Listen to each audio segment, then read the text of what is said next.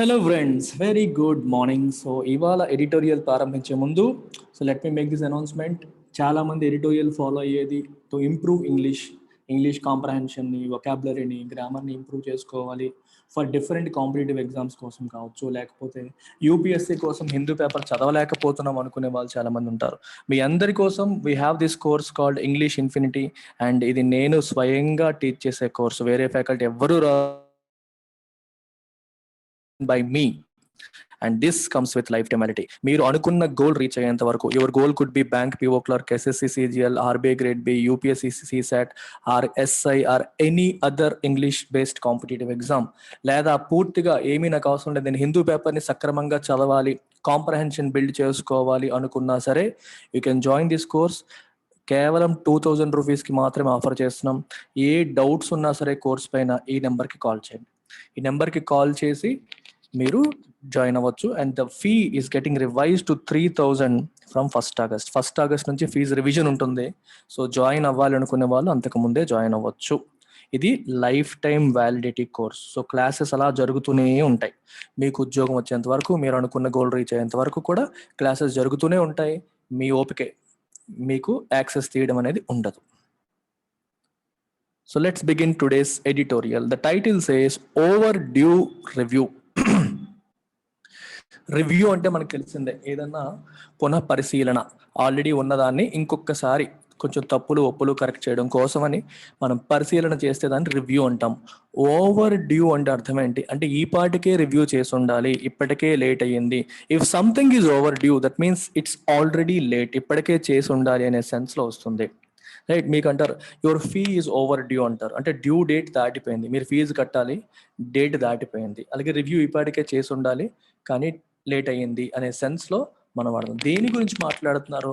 They are talking about sedition law or section 124A. What is this section 124A of Indian penal code? ఒకసారి చూడండి, అది section 124A ఏం చెప్తుంది. So you can check this. Whoever by words, either spoken or written or by signs or by visible representation or otherwise brings or attempts to bring into hatred or contempt or excites or attempts to excite disaffection towards the government established by law. ఇది important.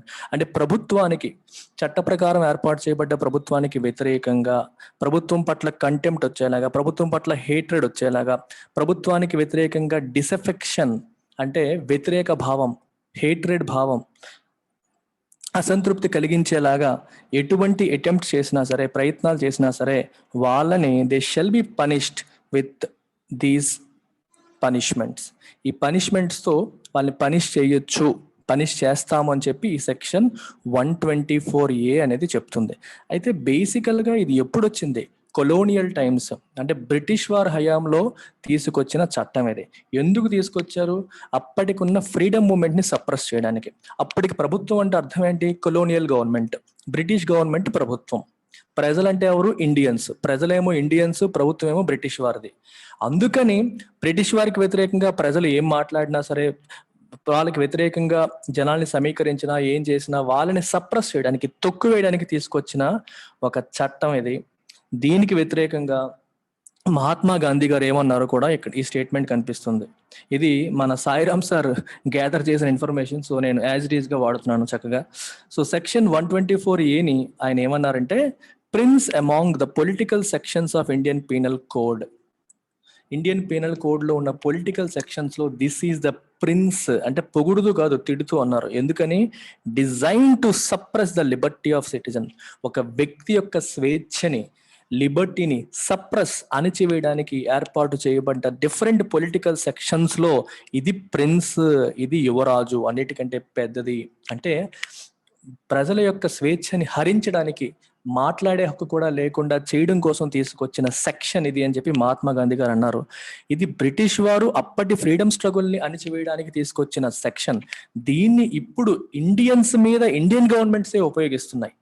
So దీన్ని review చేయాలా వద్దా అనే యాంగిల్లో editorial సాగుతుంది. సుప్రీంకోర్టులో దీనిపైన ఒక పిటిషన్ వేయడం జరిగింది. సెడిషన్ లాని రివ్యూ చేయాలి, అది ఉండాలా ఉండకూడదా, దాన్ని తీసేయాలి అన్నట్టు పిటిషన్ వేశారు. సో సుప్రీంకోర్టు ఏం చెప్పిందంటే బ్రిటిష్ వారి హయాంలో తీసుకొచ్చిన సెక్షన్ ఇది ఎందుకు ఇప్పుడు ఉంచాలి, మీరు వివరణ ఇవ్వండి అని చెప్పి కేంద్రానికి సుప్రీంకోర్టు చెప్పడం జరిగింది. So supreme court's remarks on sedition cases, sedition అంటే ఇక్కడ దేశద్రోహం, ప్రభుత్వ ద్రోహం, రాజద్రోహం అలా వస్తుంది. Bode well for its inevitable invalidation. ఏదో ఒక రోజు ఈ సెక్షన్ ని ఇన్వాలిడేట్ చేయాలి, దాని వ్యాలిడిటీని తీసేయాలి. ఇన్ఎవిటబుల్ అంటే అన్అవాయిడబుల్, తప్పదు. ఇది ఎందుకంటే మన కోసం మనం తీసుకొచ్చింది కాదు, ఇండియన్స్ ని సప్రెస్ చేయడానికి బ్రిటిష్ గవర్నమెంట్ తీసుకొచ్చిన సెక్షన్ ఇది. అన్ఫార్చునేట్లీ, దురదృష్టవశాత్తు ఈ రోజుకి కూడా మనం దీన్ని ఉపయోగిస్తూ ఉన్నాం. సో దీని యొక్క ఇన్వాలిడేషన్ అనేది ఏదో ఒక రోజు తప్పదు, అందుకే ఇన్ఎవిటబుల్ అంటే అన్అవాయిడబుల్ అన్నారు. బోర్డ్ వెల్ అంటే something that bodes well is a sign of good things to come. అంటే రేపు పొద్దున్న రాబోతున్న మంచి రోజులకి ఇది ఒక సూచన లాంటిది. అంటే ఏదో ఒక రోజు దీన్ని ఇన్వాలిడేట్ చేస్తారు, అది మంచిది. దానికి ఇది ఒక శకునం లాంటిది, ఒక సూచన లాంటిది. ఏది? సుప్రీంకోర్టు ఈ రోజు ఇచ్చిన రిమార్క్స్. సెడిషన్ కేసెస్ కి సంబంధించి సుప్రీంకోర్టు ఏదైతే చెప్పిందో, ఇది రాబోతున్న మంచి రోజులకి, మంచి పనికి. ఏంటా మంచి పని? Inevitable invalidation of this section. దానికి ఇది ఒక మంచి సూచన లాంటిది. ఇట్స్ లైక్ ఎ సైన్ అని దాని అర్థం. It is gratifying to note that the Supreme Court, while indicating its intention to reconsider the sedition provision in the IPC, has raised the question most relevant to the issue. Why does section 124A continue in the statute book even after 75 years of independence? అంతే కదా, independence వచ్చి 75 సంవత్సరాలు గడిచిన తర్వాత కూడా ఈ section 124A ఎందుకు మన స్టాట్యూట్ బుక్ లో, మన చట్టాల్లో ఇంకా ఉంది అనే క్వశ్చన్ ని రైజ్ చేసింది. రైజ్ అంటే లేవనెత్తింది. ఎవరు? సుప్రీంకోర్టు. అలా లేవనెత్తడం అనేది గ్రాటిఫైయింగ్ అంటే satisfying. Something that gives you satisfaction is called gratifying. For example, if something is gratifying, that means it is giving you satisfaction. Supreme Court tana intention ni, ఏంట intention? To reconsider, ఈ sedition provision ని reconsider చెయ్యాలనే intention ని indicate చేస్తూ ఏమనింది? ఎందుకు ఇన్ని సంవత్సరాలైనా సరే ఉండాల్సి వచ్చింది అని ప్రశ్నని లేవనెత్తింది. ఆ లేవనెత్తడం అనేది ఏదైతే ఉందో, it is gratifying, it gives you immense satisfaction. The Chief Justice of India, N.V. Ramana, has also pointed to its rampant misuse. Rampant అంటే widespread, అంటే without any control. Rampant ఇక్కడ పాజిటివ్ గా వాడలేదు, నెగిటివ్ గా వాడుతున్నారు. ఇఫ్ కరప్షన్ ఈజ్ ర్యాంపెంట్ అంటే corruption ఎటువంటి control లేకుండా అన్కంట్రోల్డ్ గా పెరిగిపోతుంది. ర్యాంపెంట్ అంటే uncontrolled way, growing in an uncontrolled way అని అర్థం. ర్యాంపెంట్ మిస్యూజ్ అంటే విపరీతంగా ప్రభుత్వాలు, పోలీసులు ఈ సెక్షన్ ఉపయోగించేసుకుంటున్నాయి. Has also pointed to its rampant misuse by the police across the country and reminded the government that it was a legal provision that the colonial regime had used to suppress the freedom movement. Freedom movement ని suppress చేయడానికి, అణిచివేయడానికి colonial regime, British వాళ్ళ వలస రాజ్యం ఉపయోగించిన legal provision ఇది అని government కి supreme court ఏం చేసింది? ఎన్వి రమణ గారు ఏం చేశారు? రిమైండ్ చేశారు, అంటే గుర్తు చేశారు. రిమైండ్ అంటే గుర్తు చేయడం. ఇక్కడ ఈ పదం కొంచెం ఇంట్రెస్టింగ్ వర్డ్, మళ్ళీ చెప్తున్నాను చూడండి. రిమైండ్, REMIND, అలాగే రిమెంబర్, ఈ రెండింటికి డిఫరెన్స్ అనేది ఇంపార్టెంట్. రిమెంబర్ అంటే గుర్తు చేసుకోవడం, అంటే నాకు నేను గుర్తు చేసుకోవడం. ఐ రిమెంబర్ దోస్ డేస్, ఆ రోజులు నేను గుర్తు చేసుకుంటున్నాను. ఐఎమ్ రిమెంబరింగ్, ఆ సెన్స్ లో వస్తుంది. అంటే మనకి మనం గుర్తు చేసుకోవడాన్ని రిమెంబర్ అంటాం. రిమైండ్ అంటే గుర్తు చేయడం, ఎదుటి వ్యక్తికి చేసేది రిమైండ్. నాకు నేనే చేసుకునేది రిమెంబర్, నాకు నేను గుర్తు చేసుకునేది రిమెంబర్. ఎదుటి వ్యక్తికి చేసేది రిమైండ్. గుర్తు చెయ్యడం, గుర్తు చేసుకోవడం. గుర్తుపెట్టుకోండి, రిమైండ్ సకర్మక క్రియ, ట్రాన్సిటివ్ వర్బ్. రిమెంబర్ అకర్మక క్రియ, ఇంట్రాన్సిటివ్, దానికి ఆబ్జెక్ట్ లేదు. The issues flagged by CJI may set the tone for what would be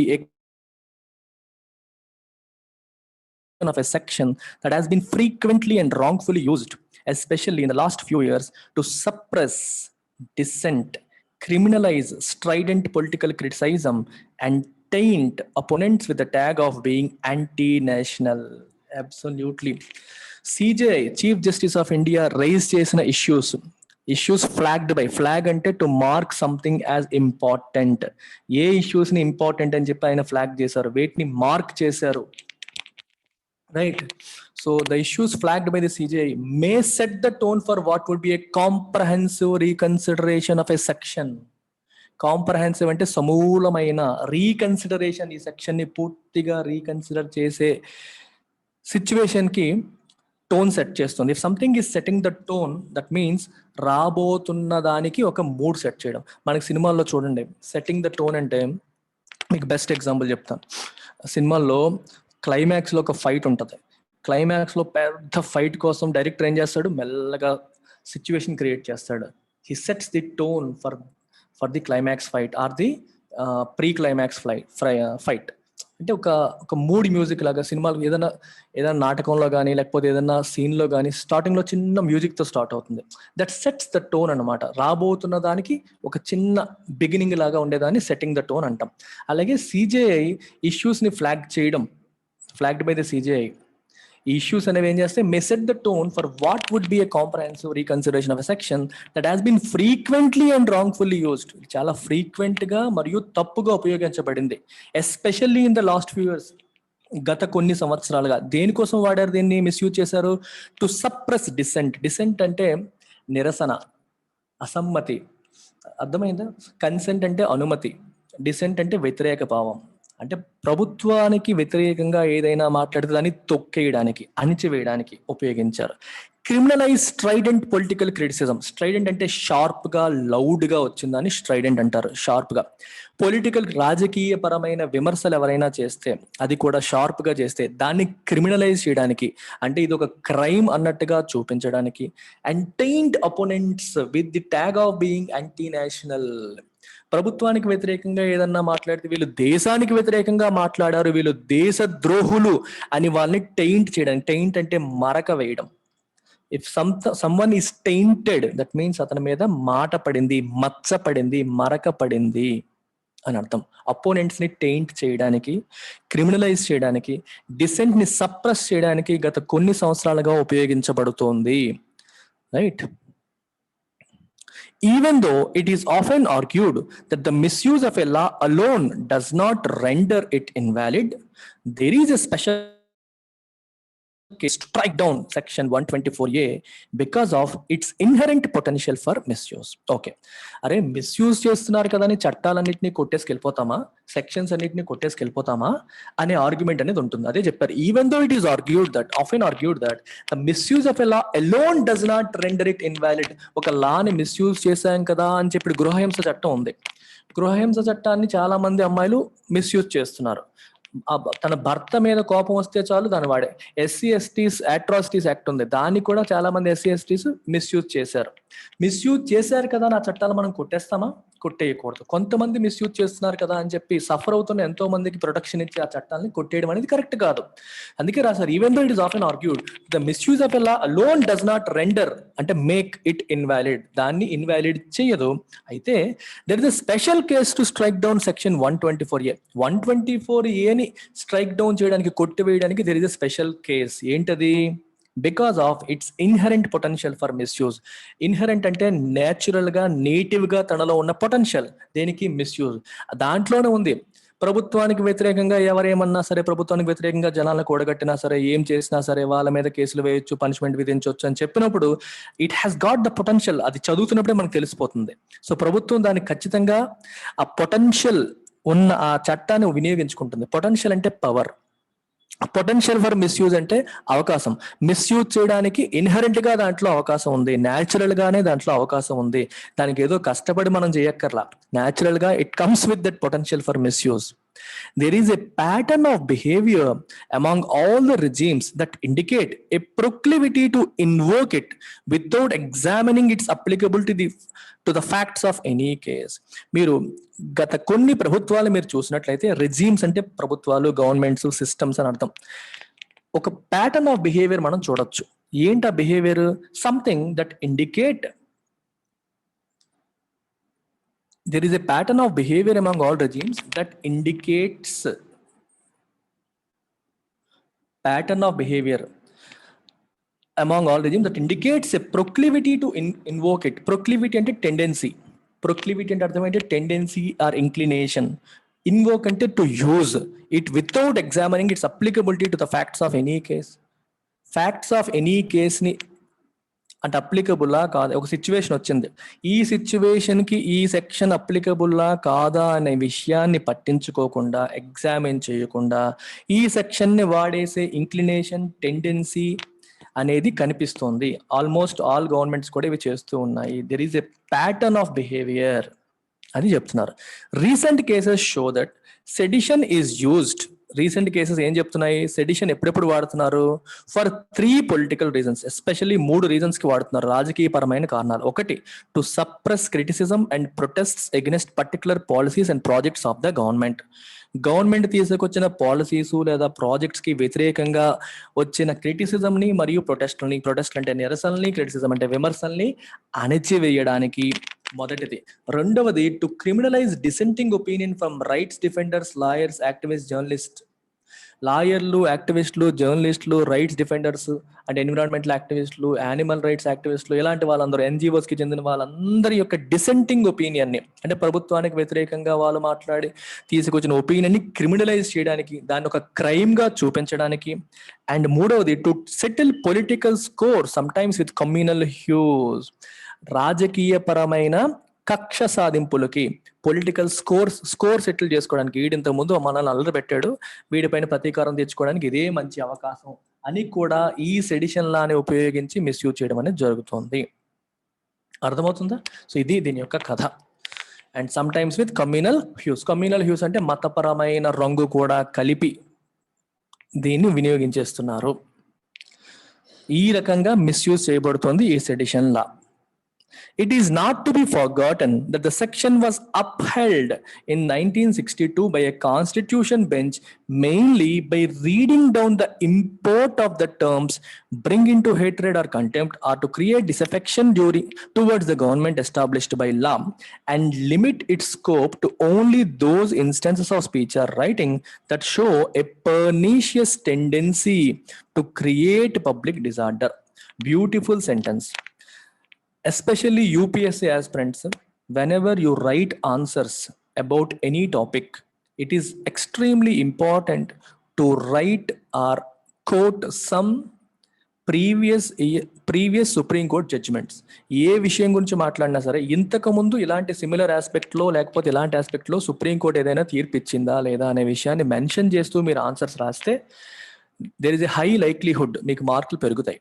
మీరు ఏ రోజు ఎడిటోరియల్ ఫాలో అవుతున్నా సరే, ప్రతి టాపిక్ మీద మీరు అబ్జర్వ్ చేస్తే పొలిటికల్ ఇష్యూస్ కానీ ఇలాంటి ఇష్యూస్ వచ్చినప్పుడు ఖచ్చితంగా సిమిలర్ కేసెస్లో సుప్రీంకోర్టు జడ్జిమెంట్స్ని కోట్ చేస్తున్నారు. This is how it has to be written in the exam also.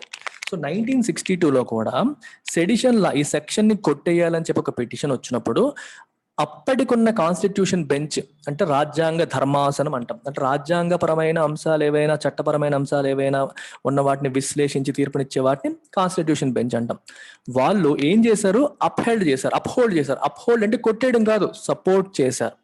అదేంటది? ఈ రోజు జడ్జి గారేమో ఇది ఎందుకు అని అంటున్నారు, ఆ రోజేమో సపోర్ట్ చేశారంటే ఆ రోజు దాన్ని అప్హోల్డ్ చేశారు. అయితే గుర్తుపెట్టుకోండి, సపోర్ట్ చేసినప్పటికీ మెయిన్లీ బై రీడింగ్ డౌన్. ఇది చాలా important word, read down. Judicial టర్మినాలజీలో, లీగల్ టర్మినాలజీలో రీడింగ్ డౌన్ అంటే మీనింగ్ ఏంటి? What is the meaning of reading down? Reading down అంటే దాని యొక్క బ్రాడ్ ఇంటర్ప్రిటేషన్ ని తగ్గించడం. ఇప్పుడు ఏదైనా ఒక పదం ఇచ్చినప్పుడు దాన్ని వైడ్ ఇంటర్ప్రిటేషన్ ఇస్తాం. ఫర్ ఎగ్జాంపుల్ మీరు చూడండి, ఇక్కడ to create disaffection towards government established by law అనే పదం ఉంది. అంటే అర్థం ఏంటి?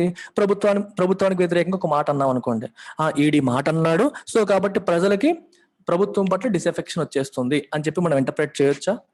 న్యూస్ ఛానల్ ఉంది, ఒక న్యూస్ ఛానల్ ప్రభుత్వం తీసుకున్న ఒక పథకానికో లేకపోతే ఒక ప్రాజెక్టుకి వ్యతిరేకంగా ఒక సిరీస్ ఏదో ఒక ఎపిసోడ్ ప్రసారం చేస్తుంది అనుకోండి. ఈ ఎపిసోడ్ చూడడం వల్ల ప్రజలకి ప్రభుత్వం పట్ల వ్యతిరేకత వస్తుంది కాబట్టి ఇతని పైన సెడిషన్ లా వేసేయచ్చు అన్నాం అనుకోండి. అదేమవుతుంది? Wide interpretation. అంటే ఆ పదం టు క్రియేట్ డిసెఫెక్షన్ అంటే అర్థం ఏంటి? ప్రభుత్వం పట్ల వ్యతిరేక భావం కలిగించడం. ఇప్పుడు ప్రభుత్వాన్ని విమర్శిస్తే చాలా ఆటోమేటిక్గా వ్యతిరేక భావం వస్తుంది. అంటే విమర్శించిన ప్రతి వాళ్ళ మీద కేసు వేసేయచ్చా? అనే ఒక రాంగ్ ఇంటర్ప్రిటేషన్ వచ్చేస్తుంది.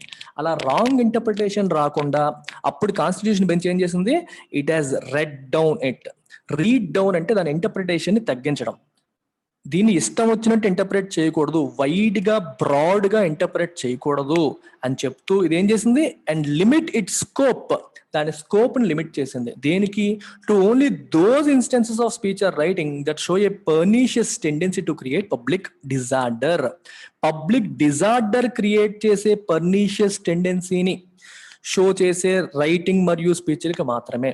పబ్లిక్ డిజార్డర్ అంటే అర్థం ఏంటి, శాంతి భద్రతలకి ఏమైనా భంగం కలిగేలాగా, ప్రజల్లో పూర్తిగా రైట్స్ వచ్చేలాంటి పరిస్థితులు క్రియేట్ చేసినప్పుడు. పర్నీషియస్ అంటే డేంజరస్, ఒక dangerous tendency to create public disorder. For example, ఒక స్పీచ్ ఎవరన్నా ఇచ్చారు, ఆ స్పీచ్ విని ప్రజలంతా రోడ్డు మీదకి వచ్చి ప్రభుత్వం మీద పోరాటం చేస్తారు అనుకోండి, లేదా కలెక్టర్ ఆఫీసులో ముట్టడించారు అనుకోండి, హింసకి ప్రేరేపించారు అనుకోండి, అప్పుడు ఓకే సెడిషన్ లా పెట్టొచ్చు. అర్థమైందా? టు క్రియేట్ పబ్లిక్ డిజార్డర్, ప్రజల్లో శాంతి భద్రతల ఇష్యూస్ క్రియేట్ అయ్యేలాగా అలాంటి స్పీచ్లు కానీ రైటింగ్లు కానీ వచ్చినప్పుడు మీరు వినియోగించవచ్చు అని చెప్పి 1962లో జడ్జిమెంట్ అనేది ఇచ్చింది. సో చాలా ఇంపార్టెంట్. రీడింగ్ డౌన్ అంటే ఈ లిమిటింగ్ ద స్కోప్ అనమాట. బ్రాడ్ స్కోప్ ని కాస్త తగ్గించి పూర్తిగా కొట్టేయకుండా, కాన్స్టిట్యూషనల్లీ వ్యాలిడ్, నేను కొట్టేయట్లేదు కానీ దీన్ని వైడ్ ఇంటర్ప్రిటేషన్ చేయొద్దు, వీఆర్ రీడింగ్ ఇట్ డౌన్, దీని ఇంటర్ప్రిటేషన్ అనేది లిమిటెడ్ గా చేయండి అని చెప్పి చెప్పడం. లిమిటెడ్ గా చేయండి అని చెప్పి చెప్పడం. And limited scope to only those instances of speech or writing that show a pernicious tendency to create public disorder. అంటే పబ్లిక్ డిజార్డర్ ని క్రియేట్ చేసే స్పీచెస్ మరియు రైటింగ్ కి మాత్రమే దీనికి అప్లై అవుతుంది, తప్పితే ప్రతి చిన్నదానికి అప్లై చెయ్యకూడదు అనేది 1962లో వచ్చిన తీర్పు యొక్క సారాంశం. చాలా చాలా ఇంపార్టెంట్ సెంటెన్స్ అది. వితౌట్ దిస్ అటెన్యువేటెడ్ ఇంటర్ప్రిటేషన్, అటెన్యువేటెడ్ అంటే తగ్గించబడిన, అర్థమవుతుంది, అటెన్యుయేట్ తగ్గించబడిన, కంప్రెస్ చేయబడ్డ ఇంటర్ప్రిటేషన్ అనేది వైడ్ గా తీసుకోకుండా. ఇప్పుడు ఒక పదం ఉంది, దాన్ని ఎంత ఇంటర్ప్రిటేషన్ చేసాం అనుకోండి, ప్రతి ఒక్క చిన్న కేసుకి మీరు అప్లై చేసుకుంటూ వెళ్ళిపోతారు. అలా కాదు, ఈ కొన్ని ఆస్పెక్ట్స్ కి మాత్రమే మీరు చెయ్యాలి అంటే అటెన్యువేట్ చేశారు. మీరు వ్యాక్సిన్స్ లో లైవ్ అటెన్యువేటెడ్ వ్యాక్సిన్ అంటారు. వైరస్ ని, బతికి ఉన్న వైరస్, పోలియో వైరస్ ఎస్పెషల్లీ, మీకు పోలియోకి వ్యాక్సిన్ ఎలా తయారు చేస్తారు, పోలియో వైరస్ నే ప్రవేశపెడతారు మన బాడీలోకి. ఏ రకంగా, బలంగా ఉన్న వైరస్ కాదు, అటెన్యువేటెడ్, బాగా బలహీనం అయిపోయిన, మనకు అది ఏ హాని కలిగించిన స్టేజ్ లో ఉన్న లైవ్ బతికి ఉన్న వైరస్ ని మన బాడీలో ప్రవేశపెడతారు. ఆ వ్యాక్సిన్ లో వైరస్ ఉంటది, అది పెట్టడం వల్ల ఏమవుతుంది, మళ్ళీ యాంటీబాడీస్ రెడీ అయిపోయి నిజంగా పోలియో వైరస్ వచ్చినా సరే మనం ఫైట్ చేయగలుగుతాం. అటెన్యువేట్ అంటే బాగా తగ్గించబడ్డం అనమాట, స్ట్రాంగ్ గా, వైడ్ గా కాకుండా. Without this attenuated interpretation, the restriction imposed on free speech by section 124A would have been declared unconstitutional. ఒకవేళ ఈ అటెన్యువేటెడ్ ఇంటర్ప్రిటేషన్ లేకపోయి ఉంటే అదేమయ్యేది, అన్కాన్స్టిట్యూషనల్ అయిపోయేది. అంటే రాజ్యాంగ వ్యతిరేకం అయిపోయేది, రాజ్యాంగ బద్ధం కాకపోయేది. ఎందుకంటే ఫ్రీ స్పీచ్ పైన ఇది ఒక రెస్ట్రిక్షన్ ఇంపోజ్ చేస్తుంది. మీరు ఒకసారి ఫండమెంటల్ రైట్స్ మీరు చదివినట్లయితే article 19(1)(a) freedom of speech and expression. Freedom of speech and expression మనం ఆర్టికల్ 19(1)(a)లో చదువుతాం. అంటే అర్థం ఏంటి, ఫ్రీ స్పీచ్, మనం ఎవరైనా ఏదైనా మాట్లాడచ్చు. అది అన్లిమిటెడ్ ఫ్రీడమ్ అనుకుందా, ఉందా, లేదు, దానికి రెస్ట్రిక్షన్ ఉంది. రెస్ట్రిక్షన్ లో ఒకటి ఏంటంటే పబ్లిక్ ఆర్డర్. దీనికి కూడా రెస్ట్రిక్షన్ ఏంటి, పబ్లిక్ ఆర్డర్ ని మనం, అంటే శాంతి భద్రతల్ని భంగం కలిగించకుండా ఉండేలాగా నువ్వు మాట్లాడవచ్చు. శాంతి భద్రతలకి భంగం కలిగించేలాగా, విదేశాలతో మనకి రిలేషన్స్ పాడయ్యేలాగా, ఇలా కొన్ని రెస్ట్రిక్షన్స్ ఉంటాయి. And freedom of speech and expression అనేది most restricted article in our fundamental rights. మనకున్న ఫండమెంటల్ రైట్స్ లో అన్నింటికంటే ఎక్కువగా రెస్ట్రిక్ట్ చెయ్యబడ్డ ఆర్టికల్ ఏది అంటే freedom of speech and expression. అందుకే దీన్ని ఏమంటారంటే, it is not an absolute right. అది అబ్సల్యూట్ రైట్ కాదు, it is a qualified right. అందుకే మీకు ప్రిలిమ్స్ లో అడుగుతుంటారు, fundamental rights given by the constitution of India are అబ్సల్యూటా క్వాలిఫైడ్ అంటే దే ఆర్ క్వాలిఫైడ్. అంటే they come with reasonable restrictions. Unlimited గా ఇష్టం వచ్చినట్టు వాడేవి కాదు, they come with restrictions. Absolute అనుకోండి, రెస్ట్రిక్షన్ లేదు అని అర్థం అనమాట. ఇప్పుడు ఇక్కడ అటెన్యూయేటెడ్ ఇంటర్ప్రిటేషన్ ఏంటి? పబ్లిక్ డిజార్డర్ కి భంగం కలిగిస్తే అని చెప్పి రాశారు. మరి ఆ రెస్ట్రిక్షన్ ఫండమెంటల్ రైట్స్ లో కూడా రాసి ఉందిగా, ఫండమెంటల్ రైట్స్ లో కూడా రెస్ట్రిక్షన్స్ లో రాశారు. కాబట్టి అన్కాన్స్టిట్యూషనల్ కాలేదు ఇది, లేకపోతే అన్కాన్స్టిట్యూషనల్ అయిపోయేది. ఇప్పుడు ఏంటంటే అంటే మాట్లాడే హక్కు మనకి ఫండమెంటల్ రైట్ ఇస్తుంది. మాట్లాడితే ప్రభుత్వానికి వ్యతిరేకంగా మాట్లాడితే జైల్లో పెట్టేస్తామని సెక్షన్ ఉంటుంది. మరి సెక్షన్ అన్కాన్స్టిట్యూషనల్ అయిపోవాలి కదా. ఎందుకు అన్కాన్స్టిట్యూషనల్ అవ్వలేదంటే అటెన్యూయేటెడ్ ఇంటర్ప్రిటేషన్ ఉంది. అంటే పబ్లిక్ డిజార్డర్ క్రియేట్ చేస్తే కేసు పెట్టొచ్చు అన్నారు. మరి ఫండమెంటల్ రైట్స్ లో కూడా పబ్లిక్ డిజార్డర్ క్రియేట్ చేసేలాగా మాట్లాడే హక్కు మనకు లేదు, అది రెస్ట్రిక్షన్. అది అందువల్ల ఇది అన్కాన్స్టిట్యూషనల్ కాలేదు అని అర్థం. I hope you have understood this. The court is now seized of several cases that seek a reconsideration of the 1962 verdict, citing more recent judgments expanding the scope of fundamental rights and doctrines that have been subsequently evolved. Another beautiful sentence. ఇది English కూడా చూడండి. The court is now seized of. దీని meaning ఏంటి? Is లేదా be seized of అంటే remain in consideration of.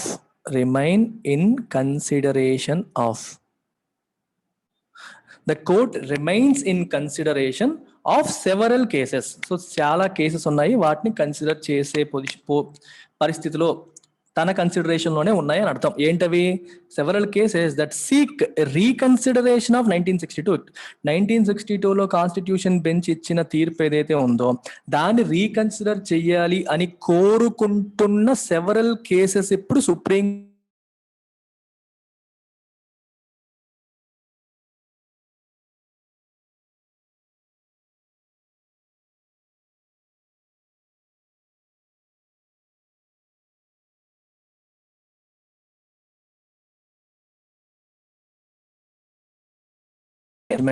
అంటే recent గా వచ్చిన డిఫరెంట్ జడ్జిమెంట్స్ ని దే ఆర్ సైటింగ్. అర్థమవుతుందా? చూపిస్తున్నాయి. సైట్ అంటే కోట్ చేయడం, రెఫర్ చేయడం. ఈ జడ్జిమెంట్స్ ఏం చూపిస్తున్నాయి? Expanding the scope of fundamental rights. Fundamental rights యొక్క స్కోప్ 1962కి ఇప్పటికి మనం తీసుకుంటే ఎక్స్పాండ్ అయ్యింది. For example right to life అని ఉంటుంది, ఆర్టికల్ 21. రైట్ టు లైఫ్ వచ్చేసరికి right to privacy, right to dignified presence, ఇవన్నీ ఇలా చాలా యాడ్ చేసుకుంటూ వచ్చారు. సో ఫండమెంటల్ రైట్స్ యొక్క స్కోప్ డిఫరెంట్ సుప్రీంకోర్టు జడ్జిమెంట్స్ లో యాడ్ చేసుకుంటూ ఎక్స్పాండ్ చేసుకుంటూ వచ్చారు. అండ్ సెవరల్ డాక్ట్రిన్స్ కూడా వచ్చేసాయి. డాక్ట్రిన్స్ అంటే సిద్ధాంతాలు, అంటే మనకి సుప్రీంకోర్టు తీసుకొచ్చే రకరకాల అంటే ఒక దాన్ని ఎలా విశ్లేషించాలి అని చెప్పే సిద్ధాంతాన్ని డాక్ట్రిన్స్ అని చెప్పి అంటారు. డాక్ట్రిన్ ఆఫ్ ఎక్లిప్స్ అని, డాక్ట్రిన్ ఆఫ్ సివియరబిలిటీ అని రకరకాలు ఉంటాయి. సో ఇవన్నీ ఉన్నాయి కాబట్టి రీకన్సిడర్ చేయాలి అని చాలా కేసులు వచ్చాయి. సుప్రీంకోర్టు చేతులు అవన్నీ ఉన్నాయి అని అర్థం. In particular the chilling effect that a law may have on free speech and the vague and over broad definition of sedition that renders both provocative and innocuous speeches or writings equally liable for prosecution are points to be examined. Chala interesting statement idi chudandi. In particular the chilling effect, judicial terminology lo, judicial situation లో chilling effect అంటే meaning ఏంటి? chilling effect అంటే ఇప్పుడు మీకు ఒక విషయం చెప్తాను చూడండి. You are a person, you are an individual and you want to speak something. ఇది మాట్లాడితే నీ మీద కేసు పెట్టచ్చు. అంటే పలానా విషయం నేను మాట్లాడితే లేదా పలానా పని నేను చేస్తే కేసు పెడతారు అనే పరిస్థితి ఉందనుకోండి, మనం ఏం చేస్తాం? You will stop doing it. Chilling effect అంటే అది అర్థం. అంటే ఇట్ ఈస్ డిస్కరేజ్మెంట్, ఒక భయం లేదా discouragement that the law may have on free speech. అంటే నేను మాట్లాడితే కేసు పెట్టేస్తారేమోనన్న భయం, దాన్నే చిల్లింగ్ ఎఫెక్ట్ అంటారు. అర్థమైందా? లీగల్ శాంక్షన్ రావచ్చు, లీగల్ గా నా పైన పనిష్మెంట్ రావచ్చు అనే భయం నిన్ను మాట్లాడనీయకుండా చేస్తుంది. దాన్నే చిల్లింగ్ ఎఫెక్ట్ అని చెప్పి అన్నారు. The chilling effect that a law may have on free speech. Free speech మనం మాట్లాడేస్తే ఆయన కేసు పెట్టేస్తారనే భయం ఏదైతే ఉందో దాన్ని చిల్లింగ్ ఎఫెక్ట్ అన్నారు. And the vague and over broad definition. Vague అంటే not clear, unclear. If something is vague, it is not clear. Vague గా కనిపిస్తోంది అంటాం, క్లియర్ గా లేదు, వేగ్ గా ఉంది. And over broad definition of sedition. Over broad అంటే అర్థం ఏంటి? డెఫినిషన్ని లిమిటెడ్ స్కోప్తో ఉంచాలి. విపరీతంగా దేనికైనా అప్లై చేసేలాగా వర్డ్స్ సింపుల్గా ఉన్నాయి కదా అని వైడ్ ఇంటర్ప్రిటేషన్ తీసేసుకొచ్చి ఓవర్ బ్రాడ్గా దాన్ని ఉపయోగించేస్తున్నారు. ఇవన్నీ కూడా ఏం చేస్తున్నాయి? That renders both provocative and innocuous speeches. Provocative అంటే రెచ్చగొట్టే ప్రసంగాలు, ఇన్నాక్యువస్ అంటే హార్మ్లెస్, ఎటువంటి హాని చెయ్యని ప్రసంగాలు మరియు రైటింగ్స్ ని కూడా ఈక్వల్లీ లయబుల్ ఫర్ ప్రాసిక్యూషన్. రెండిటిపైన కూడా కేసులు పెట్టి జైల్లో తోసేసే పరిస్థితి తీసుకొచ్చేశారు. ప్రొవోకేటివ్ ప్రజల్లో శాంతి భద్రతల ఇష్యూస్ ని రెచ్చగొట్టేలాగా, లేవనెత్తేలాగా చేసే వాటి మీద కేసు పెట్టడం ఓకే. ఇన్నాక్యువస్ స్పీచెస్ మీద కూడా, ఇన్నాక్యువస్ అంటే హార్మ్లెస్, నార్మల్ గా సాఫ్ట్ గా మాట్లాడిన వాటిని కూడా equally liable for prosecution. Prosecute చేయడం అంటే to bring them in to legal action. Legal action కోసం తీసుకొచ్చి మొత్తం కేసు పెట్టి మొత్తం పూర్తి చేయడాన్ని ప్రాసిక్యూషన్ అంటారు. These are points to be examined. ఈ పాయింట్స్ అన్నిటిని కూడా ఇప్పుడు ఎగ్జామిన్ చేయాలి. ఎస్పెషల్లీ చిల్లింగ్ ఎఫెక్ట్ ని ఎగ్జామిన్ చేయాలి. ఇన్ 2016లో the government itself admitted in part that the definition of sedition is too wide. Government ఏం అడ్మిట్ చేసింది? అడ్మిట్ అంటే ఒప్పుకుంది. ఏమని? that the definition of sedition is too wide and requires reconsideration. గవర్నమెంటే parliament ఒప్పుకుంది sedition యొక్క definition చాలా wide గా బ్రాడ్ గా ఉంది, ఇది దేనికైనా అప్లై అయిపోతుంది, ఇలా కాదు, దీన్ని నారో చేయాలి, రీకన్సిడర్ చేయాలని ఒప్పుకుంది. అలాగే లా కమిషన్ వాళ్ళ కన్సల్టేషన్ పేపర్ ఇన్ 2018 అదేం చెప్పింది? In a democracy singing from the same song book is not a benchmark of patriotism. People should be at liberty to show their affection towards their country in their own way. Law commission యొక్క consultation paper ఏం చెప్పింది? అందరూ ఎలాగే ప్రవర్తించాలి, దేశభక్తిని మీరు ఇదే రకంగా నిరూపించుకోవాలి అని చెప్పడం ట్రూ మార్క్ ఆఫ్ డెమోక్రసీ కాదు. That's not a true mark of democracy and that's not a benchmark of patriotism. Patriotism అంటే దేశభక్తికి ఇది బెంచ్ మార్క్ కాదు. అందరూ ఎలాగే ఉండాలి, ప్రభుత్వం పట్ల అస్సలు మాట్లాడకూడదు. ఇప్పుడు ఫర్ ఎగ్జాంపుల్ గవర్నమెంట్ సరిగ్గా ఫంక్షన్ చేయట్లేదు, నేను గవర్నమెంట్ ని తప్పు పట్టాను. నేను ఎందుకు తప్పు పట్టాను? ఒకళ్ళు సరిగ్గా చేయనప్పుడు తప్పు పడితేనే కదా వాళ్ళు కరెక్ట్ అవుతారు. అర్థమైందా? చెప్పిన ప్రతిదానికి ఊగొట్టేస్తే నేను దేశభక్తున్నా, తప్పుని కరెక్ట్ చేసే ప్రయత్నం చేస్తే దేశభక్తున్నా. ఏ తప్పుని ఎంచకూడదు, చెప్పిందంతా తలోపాలి అంటే మనం కొలోనియల్ గవర్నమెంట్ లో ఉన్నామా, డెమోక్రాటిక్ గవర్నమెంట్ లో ఉన్నామా? అందుకన్నారు in democracy singing from the same song book is not a benchmark of patriotism. అందరూ ఒకేలాగా ప్రవర్తించాలి, అందరూ ఒకే రకంగా వాళ్ళ దేశభక్తి నిరూపించుకోవాలి అనడం ప్యాట్రియాటిజం యొక్క బెంచ్ మార్క్ కాదు. People should be at liberty to show their affection towards their country in their own way. ఒకళ్ళు ప్రశంసిస్తూ తన ప్రేమను చూపిస్తారు, ఇంకొకరు తిడుతూ ప్రేమను చూపిస్తారు. ఫర్ ఎగ్జాంపుల్, మన పిల్లలు తప్పు చేసినప్పుడు తండ్రి ఒక దెబ్బ వేస్తాడు. ఎందుకు తండ్రి దెబ్బ వేస్తారు? మనం దారి తప్పిపోతామేనన్న భయంతో. అది ప్రేమ కాదా? అమ్మ ప్రేమగా నోట్లో ముద్ద పెడుతుంది, అది ప్రేమే. అలాగే నువ్వు దారి తప్పినప్పుడు నాన్న 2 తిట్లు తిడతాడు, అది కూడా ప్రేమే. ఇన్ దేర్ ఓన్ వే. అలాగే దేశం పట్ల వాళ్ళకున్న ఎఫెక్షన్ ని different people express it in different ways. ప్రభుత్వం వాళ్ళ దేశాన్ని తిట్టట్లా, ప్రభుత్వాన్ని తప్పుపడుతున్నారు. ప్రభుత్వాన్ని తప్పుపడితే దేశాన్ని తప్పుపట్టారని చెప్పి యాంటీ నేషనల్ అనే ముద్ర వేస్తూ ఈ సెడిషన్ లా నడుస్తోంది. సో ఇది ఉండకూడదనేది ఉద్దేశం. While issuing fresh guidelines and safeguards is one way of quelling the potential for misuse. దీని పొటెన్షియల్ ఫర్ మిస్యూజ్ ని అంటే మిస్యూజ్ చేసే అవకాశాన్ని క్వెల్ అంటే సప్రెస్ చేయడం కోసం ఫ్రెష్ గైడ్ లైన్స్ మరియు సేఫ్ గార్డ్స్ ని ఇష్యూ చేయడం అనేది ఒక వే అయితే, it will be more helpful if section 124A is struck down all together. పూర్తిగా దాన్ని కొట్టేస్తే ఇంకా ఎక్కువ హెల్ప్ఫుల్ అవుతుంది, సహాయం అవుతుంది. సో చాలా చాలా ఇంపార్టెంట్ ఆస్పెక్ట్స్ ఇక్కడ. కొన్ని విషయాలు మీకు చెప్తా చూడండి. ఇప్పుడు issuing fresh guidelines and safeguards అన్నారు. జనరల్ గా మనకి there are 3 organs of the government: legislature, executive and judiciary. Legislature పని ఏంటి? చట్టాలను చేయడం, అంటే గైడ్ లైన్స్ కానీ చట్టాలు కానీ తీసుకురావడం. ఎగ్జిక్యూటివ్ చట్టాలను ఇంప్లిమెంట్ చేయడం, జ్యుడిషియరీ చట్టాలని కాపాడడం లేదా డిస్ప్యూట్ రిజల్యూషన్, ఇవన్నీ కూడా జ్యుడిషియరీ చేయాలి.